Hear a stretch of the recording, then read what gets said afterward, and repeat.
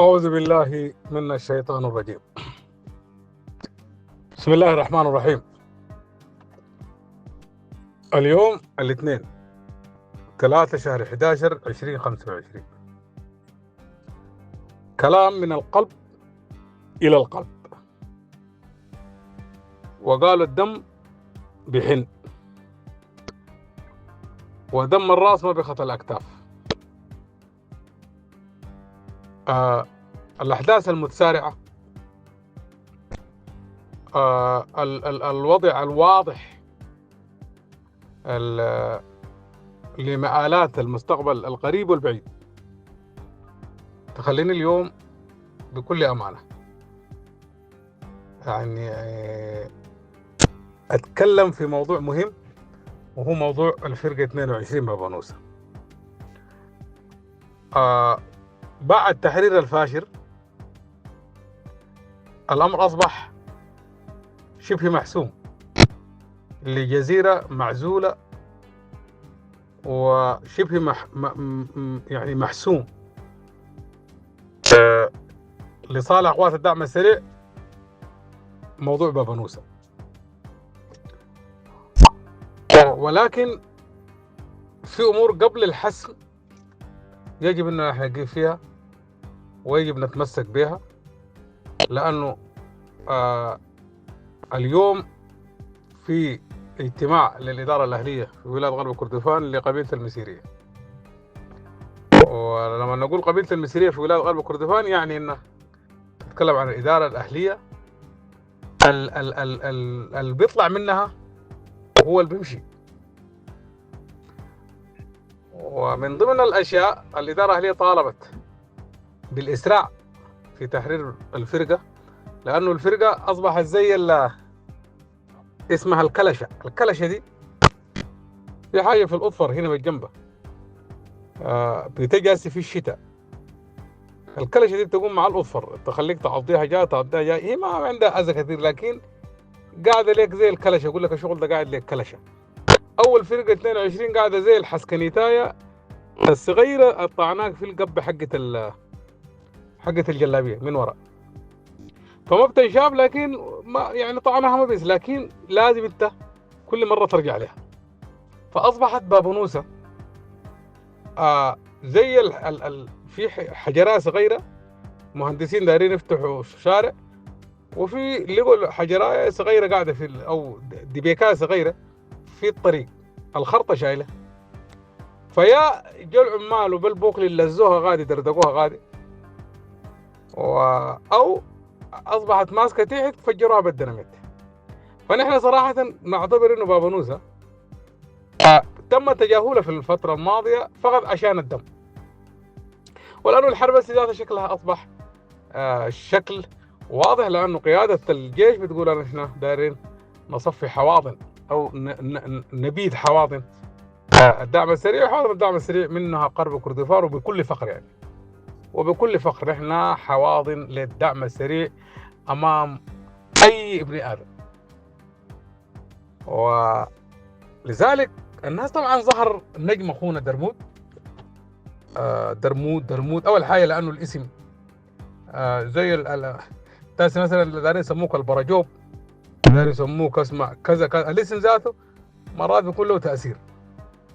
أيضا أخونا حسن درمود طبعا ظهر في يعني ده الضابط الواحد من الفرقة، بيطلع وبيهدد وبتوعد وتعالوني، لكن هو ما القائد بالمناسبة حق الفرقة. كثير من الناس بيفتكروا انه درمود ده القائد حق الفرقة. لا، درمود ما قائد الفرقة ولا قائد ثاني على ما اعتقد. درمود فقط لانه هو مسيري، ولانه اصلا من يعني له اكثر من كم سنة، يعني اكثر من 15 سنة 16 سنة هو حول الدبب وحول شنو والفرقة في بابا نوسة في دار المسيرية. والراجل لقى نفسه انه مشترك في جروبات حقت اولاد مسيرية كان كثير جدا، ومنها جروبنا نحن ذاتها جروب الاسره كقبيله مثلا. لانه درمود ده بالمناسبه انا وهو يعني من قبيله واحده في المسيريه، من قبيله واحده ولاد مسلم، والعمده حق قبيلتنا ذاتها والدعم هو لزم. وايضا درمود بتربطني معاه علاقه حقت رحم، وزول بالمناسبه عزيز عندنا مكرم قبل ما يتعنت ويبقى ادور بكل امان وكل شغله دوريه. وعندنا زول زمان سموه اللككة. اللككة ده زول ما بيحسم الامور، ما عنده حكمه. فالضعينه سايره، وفي واحده عندها بنت مرحاكه، والبنت المرحاكه طبعا حجراء يعني بنت المرحاكه، فوقعت منها. قالت للككة، اللككة ارفع لي او قل لي البنت المرحاكه دي جاي.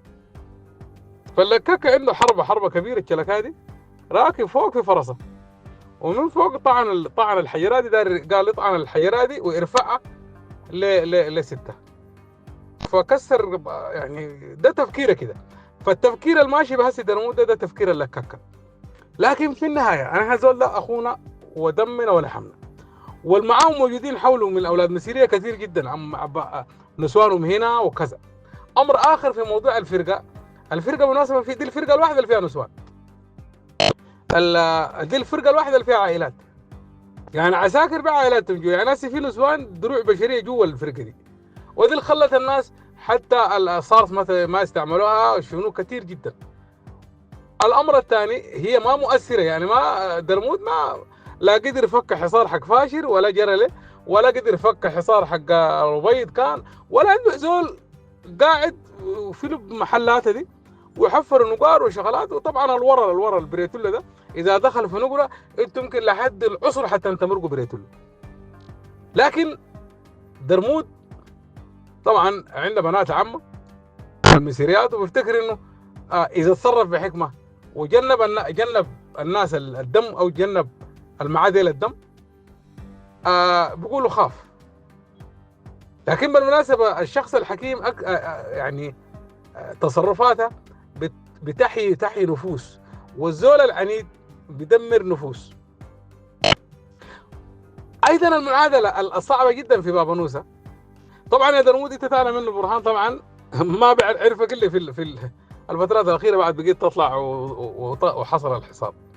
وكل الجلابه الان دايرين ولدتهم معاويه ترى، وكل الاسقاط بالطيران وشنو ده دايرين ولدتهم معاويه ده، والمعه ضباط اخرين يمرقوا سالمين. ما انت مجرد حطب نار، وانت تعلم الكلام ده، لانه اليوم الناجي عامل استنفار في شندي، وكلام الناجي ده معناه ده كلام البرهان، ده كلام الجلابه كله.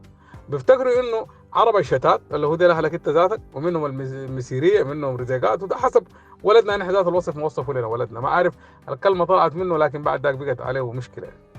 الناجي الاستنفار الان استنفار جلابي صرف، وانه المقصود انه تدمير الحواضن، ومقصود انه تماما انه بعدهم ذاته فقدوا الثقه فيكم انتم ذاته.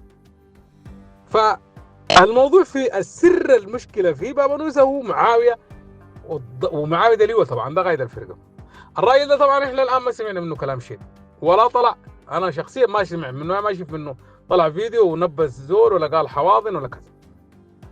فهسي يا درمود يا اخوي، طبعا انت طبعا باقي طبعا زول الهاشمي بتشيلك، طبعا انت تسمع تسجيلي ده حترد بمعيار، ده اللي عارفه انا عارفك انت حترد بمعيار وحترد باي، وطبعا كلامك المعروف الزقلت كثير ده، وانا طبعا اخوي ولا دعم، وما في زول من ولد دعم ما بخاف، لك خالد دي تعرفها تماما.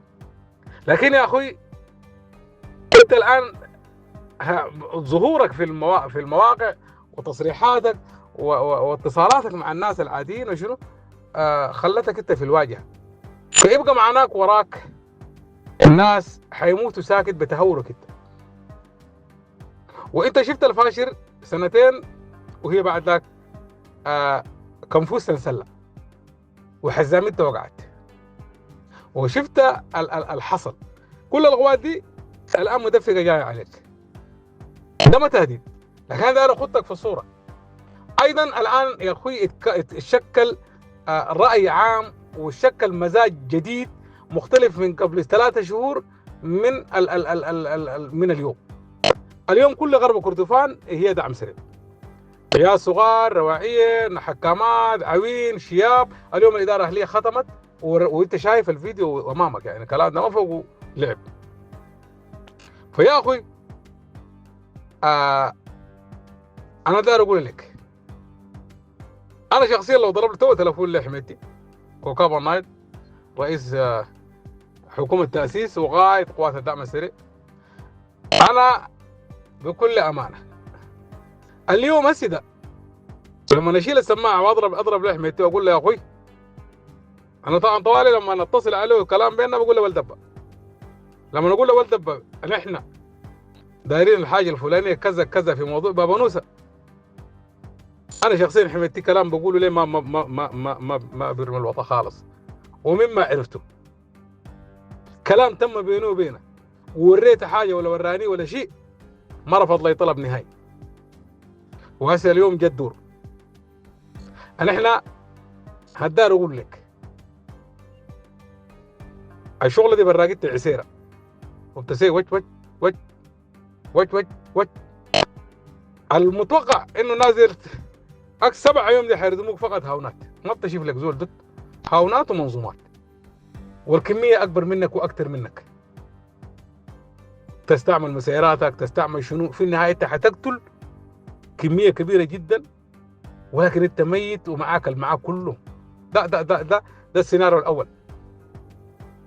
السيناريو الثاني ناس اخرين منك بينشقوا والناس اللي تواصلوا معهم. الان في ضباط كثير انت في لحظه حتلقاهم معاك يا حسن درمود، وتم اختراق الفرقه. لكن انا شخصيا انا صراحه لانه بينه وبينك صله رحم وبينه وبينك نسب، ومن زمان يعني في المواقع انه انت زمان انه انت تداوسنا وشنو، لكن دوات حق ولا دعم.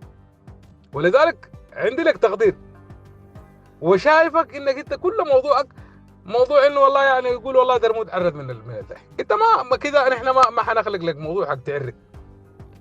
احنا اولاد القبائل اللي معاك ديل رغم انه الجلابه دارين يبيدونا، لكن طالما اولادهم ديل انضبوا هنا ودخلوا نقرطه بنطلاف دي هنا في ترابنا، احنا يجب اننا الضباط معاويه والمعه الدعم السريع يفتح لهم خطوط واضحه وما في زول يسالهم، واللي مرقوا اللي عنوا جنوب السودان. ده المطلوب، ده داروا البرهان. والكلام ده حصل يا درمود. الان قائد الفرقه حق الفاشر ما موجود. يبقى معناه انت اذا انسحب او خليت الفرقه وسلمتها لحقن الدماء قبالك عملها. ايضا رئيسك ذات البرهان كان في المحاصر وانسحب، فتحوا له درب فات. ده الاسي حاليا البرهان اللي بقى جاي.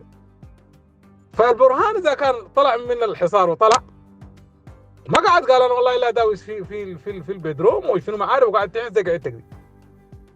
خلي اولاد القبائل اللي معاك دول ما تكملوا مسائل، خلوهم يمشوا. واي زول من اولاد غرب كردفان او من دارفور عسكري كان اللي يمشي فريقكم. وانت شخصيا اخوي تعال البطايه فريقك، والكلام ده يكون بضمانات حق اداره اهليه. وانا القاعد ده من الناس القبش اللي حيكون ضامن اشياء كثيره. ومعاويه ده ذات اللي هو ده، انا هسه الان قدامكم ده بقول لكم معاويه امرقوا جيبوا لقعد فوق ديواني. كم مشى هنا قالوا برهان مقتل لقعد هنا مستشفى اولاد قبائل، ما بيقدر يقتل بالقبيله خالص. ده في حاله انه تستسلم واستسلام واضح. يا اخوي كلامي ده بيبقى ده النداء الاخير. وانا تلفونك جابوا لي قبل 3 ايام، تلفونك القديم انت ما في، ودار اتواصل معك عديل مباشره، واتوقع من اليوم المسا ده او باكر التلفون مباشر. ويا اخوي انت في محلك ده رئيس، تعتبر رئيس. ولانه البرهان في خطابه الاخير بعد الفاشر الناس حرروه اعترف، قال الناس القياده هناك قرروا انه لقوا الوضع ما في صالحهم وقرروا الخروج ووافقنا. يبقى انت الان المطلوب منك مش تطلع، انت اخوي ولدنا وانت يعني جزء مننا. خلي اولاد القبائل اللي معاك اللي انت حريص عليهم مثلا وما يقولوا والله كان ضابط معانا خزلنا، خلي التاريخ يسجل لك انك اولاد القبائل الاخرين ديل ما منطقه غرب كردفان ولا من كردفان ولا من دارفور، خلوهم اللي مرقوا ومرقوا بجنوب السودان ومرقوا، والدعم السريع ما يتعرض لهم تماما. لكن اخوي الشغل شافته هنا ده بقول لك والله يا اخوي انت زي الان رابط لك حبل للمشنقه. وهسه انا بقول لك يا درمود اخوي الحبل ده، الحبل اقطع الحبل، وانا هسه عندي لي سكاكين دار اقطع الحبل ده، وانت دار تنتحر. والزول بينتحر ده بس ما في زول بموت بيجي راجع عشان يقول والله يا اخي انا كان قراري ذاك اتخذته غلط. ولو كان بتموت في حياتك معلش. انت اي بندق ظهر فوق في ده، وبعد كلامنا ده كله وكلام الاداره الاهليه، اي بندق يحصل في باب نوسه، السيوانات العزاء حتكون فقط محدوده يعني في قرب كردفان وكردفان ودارفور. المتم ما حيكون فوق الا كان القبر حق معاويه، الا كان العزاء حق معاويه والمعاه. فيا اخوي معاويه ده طالما الناس ما سمع من نشين، خلى الامر ليه اهله، وبطل اللي يجي داوس الناس من قاضي، اللي يجي مع المستنفرين حقين الناجدين. احنا بنقول الكلام ده الان واثقين من نفسنا، والله ما عندنا شغل نقمقم منه ولا عندنا شغل خايفين منه.